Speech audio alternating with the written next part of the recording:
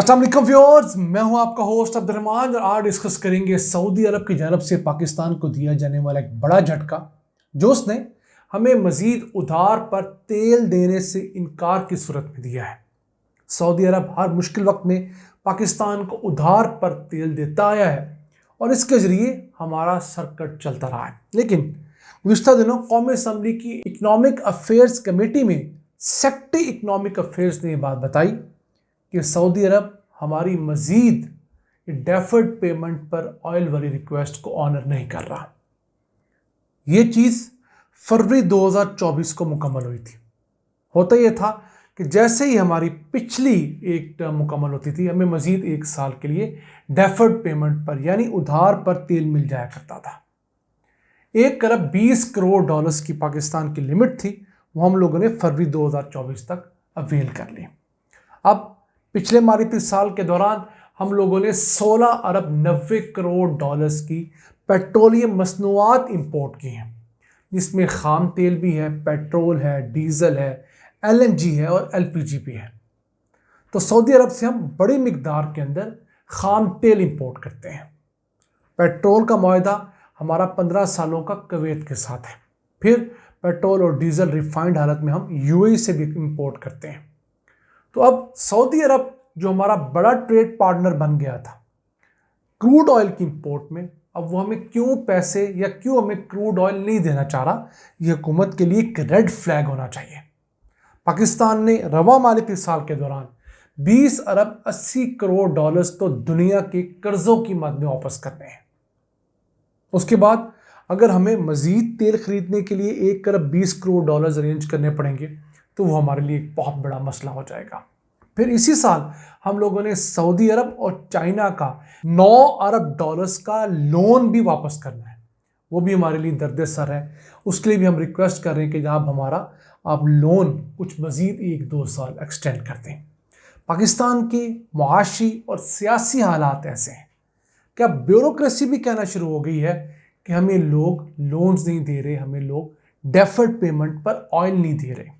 लेकिन हुक्मरान न जाने किस ख्वाब में मशगूल हैं कि वो इस तरफ ध्यान ही नहीं दे रहे। अब पाकिस्तान का खसारा वैसे तो बड़ी हद तक काबू में आया, लेकिन जो कर्जे हम लोगों ने दुनिया के देने हैं, जो उन पर सूद हम लोगों ने दुनिया का देना है, वो तो हमारा काबू में नहीं आया। उसके लिए अगर हमारी एक्सपोर्ट्स में 30-35 अरब डॉलर्स का यकमुश्त इजाफा हो, यानी कि मौजूदा सतह से 2 गुना हो जाए हमारी एक्सपोर्ट, तो तब जाकर हम इस पोजीशन में आएंगे कि अपना सारा कर्जा और उसका सूद अपनी जेब से अदा कर सकें। अब 2019 के अंदर पाकिस्तान पर जब एक मुश्किल हालात आए थे तो उस वक्त सऊदी अरब ने हमें 3 अरब 20 करोड़ डॉलर्स का डेफर्ड पेमेंट पर ऑयल देने का मुआहदा किया। 3 सालों का मुआहदा था। फिर वो ख़त्म हुआ तो पिछले साल उससे एक दफ़ा दोबारा रिन्यू करवा लिया गया, जो फरवरी 2024 में मुकम्मल हुआ है। अब इसी साल सऊदी वली अहद के पाकिस्तान आने की हमने बहुत बाज़गश्त सुनी, लेकिन क्या वो आए? अभी तक नहीं आए और उनका अभी तक कोई विज़िट शेड्यूल भी नहीं है।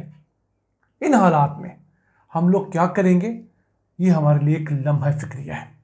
यही हम लोगों ने अपने मुकामी वसाइल के ऊपर एतमाद किया होता, पाकिस्तान के अंदर ऑयल और गैस की एक्सप्लोरेशन को 10 गुना तक बढ़ाया होता, तो आज हमें किसी अरब मुल्क की तरफ ना देखना पड़ता, ना हमें चाइना से इमदाद लेनी पड़ती, ना हमें IMF से कर्जा लेकर भीख मांगनी पड़ती। लेकिन हमारे हुक्मरानों ने आसान रास्ता चुना। उन्होंने मुशक्क़त वाले काम की तरफ ध्यान ही नहीं दिया। उन्होंने लोगों से कर्जे लिए, इमदाद लिए और ऐसे प्रोडक्ट्स लगाए जो कि पैसे नहीं कमाते थे, सिर्फ पैसे का ज़िया करते थे। अब मिसाल के तौर पे पाकिस्तान में मोटरवेज तो बहुत अच्छी हैं, नो डाउट, लेकिन उन मोटरवेज का इस कौम की प्रोडक्टिविटी में, इसकी एक्सपोर्ट बढ़ाने में, इसकी मैन्युफैक्चरिंग बढ़ाने में, इस मुल्क के अंदर सनत को बढ़ाने में कोई ख़ास मुकाम नहीं है। अब पाकिस्तान का जो नेशनल हाईवे अथॉरिटी का महकमा है, वो सबसे ज़्यादा नुकसान वाला महकमा बन चुका है। उसका सालाना खसारा तकरीबन 400 अरब रुपये से तजावज़ कर चुका है। यह नुकसान हुआ कि हम लोगों ने बड़ी बड़ी 6 लेन की मोटरवेज तो बना ली, लेकिन उन मोटरवेज के ऊपर हम लोगों ने बड़े बड़े इंडस्ट्रियल सिटी नहीं बनाए, IT पार्क्स नहीं बनाए, जिनके अंदर कारोबार होना था और उस कारोबार से एक्सपोर्ट होने के बाद हम लोगों को पैसा आना था। ہماری خوش فہمی یہ تھی کہ پہلے ہم دنیا کے ساتھ کنیکٹ ہو جائیں، باقی معاملات ہم بعد میں کریں گے۔ ہم اس وقت 6 لین کی بجائے 4 لین کی موٹر وے بنا لیتے، اور جو 2 لین کے پیسے بچتے ہم اس سے 2 انڈسٹریل پارک لگا لیتے، تو یقین کیجئے وہ انڈسٹریل پارک اس موٹر وے کا سارا قرضہ اتار دیتے اور ہمیں نئی موٹر ویز بنانے کی جانب راغب کرتے ہیں۔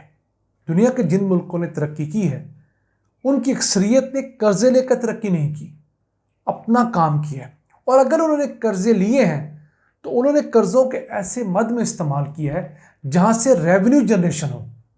یعنی اس کی مثال ایسے ہی ہے کہ آپ رینٹ پہ گاڑی لے کر گھر میں کھڑی کر دیں تو اس کا آپ کو نقصان ہوگا، لیکن اگر آپ رینٹ پہ گاڑی لے کر اسے اوبر پہ، کریم پر، ان ڈرائیو پہ چلانا شروع کر دیں اور اس سے جو آمدن ہو اس سے آپ رینٹ ادا کریں یا اس گاڑی کی قسط ادا کریں تو آپ کو خسارہ نہیں ہوگا۔ ہم لوگوں نے رینٹ پہ گاڑیاں ضرور لی، قرضے لے کے گاڑیاں ضرور لی، لیکن اپنے شباب کے لیے، اپنی عیاشی کے لیے، لوگوں کو دکھانے کے لیے یا ووٹ مانگنے کے لیے۔ یہی غلطی ہم لوگوں نے پاور پلانٹس کے اندر بھی کی ہے۔ جب آج سے 2 سال پہلے میں سی پیک کے تحت لگنے والے پاور پلانٹس پر یہ تنقید کرتا تھا تو ہماری نون لیگی دوست بہت ناراض ہوتے تھے، لیکن اب جب ان سب کے گھروں میں بجلی کے لمبے لمبے بل جا رہے ہیں تب ان کی آنکھیں کھلی ہیں کہ ہمارے ساتھ ہوا کیا ہے۔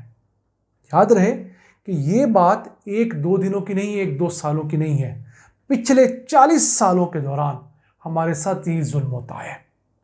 اس دوران ہمارے ملک میں پروڈکٹیوٹی مسلسل گھٹتی گئی، صنعت لگانا ہم لوگوں نے مشکل بنا دیا۔ اس کے مقابلے میں ہم لوگوں نے کیا کیا؟ ہم لوگوں نے ریئل اسٹیٹ سیکٹر کھول دیا کہ آپ 1 ارب روپیہ لائیں اور 2 دن کے اندر آپ پلاٹس لیں، ٹرانسفر کروائیں اور سو جائیں۔ 1.5 سال بعد وہ 1 ارب روپے کے پلاٹ 1 ارب 25 کروڑ کے ہوں گے، انہیں بیچیں، 25 کروڑ روپیہ منافع کمائیں، اسی فیلڈ میں ڈالیں یا کچھ اور کریں۔ کتنے لوگوں نے جابز کمائیں؟ ایک پراپرٹی ڈیلر نے، ایک آپ نے، یا ایک بیچنے والے نے۔ 3 لوگوں کو منافع ہوا، حکومت کو چھوٹا سا ٹیکس مل گیا۔ جبکہ اسی 1 ارب روپے سے یہاں پر کوئی فیکٹری لگی ہوتی، کارخانہ لگا ہوتا، اس سے پاکستان کے اندر مینوفیکچرنگ ہونی تھی، اس مینوفیکچرنگ اندر کم از کم 1000 لوگوں کو جابز ملنی تھی 1 ارب روپے کی اس انویسٹمنٹ کے بعد۔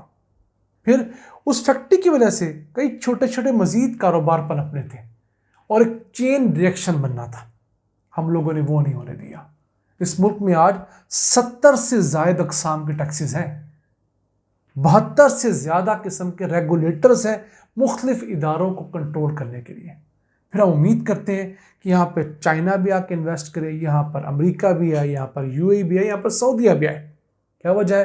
سعودیہ کبھی 25 ارب ڈالرز کی انویسٹمنٹ کا کہتا ہے، کبھی UAE 10 ارب ڈالرز کی انویسٹمنٹ کا اعادہ کرتا ہے، کبھی چائنا اپنی ساری انڈسٹری کا خواب دکھاتا ہے یہاں پر لانے کا، اور یہاں پر ہوتا کچھ نہیں۔ ہمارے اندر بہت سارے فالٹس ہیں۔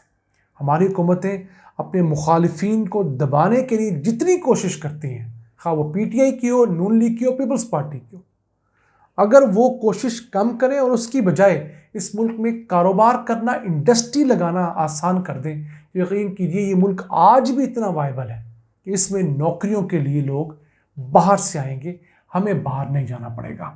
ناظرین، تلخ حقائق ہے لیکن ہمیں قبول کرنے چاہیے، اور ہم یہ شور اس لیے ڈالتے ہیں کہ شاید ہمارے حکمرانوں پر یہ بات اثر کر جائے اور وہ مقابلے بازی کی بجائے اس ملک کو آگے لے جانے کے لیے مقابلہ شروع کرتے ہیں۔ ان الفاظ کے ساتھ اپنے میزبان عبد الرحمان کو اجازت دیجیے۔ اللہ نگہبان۔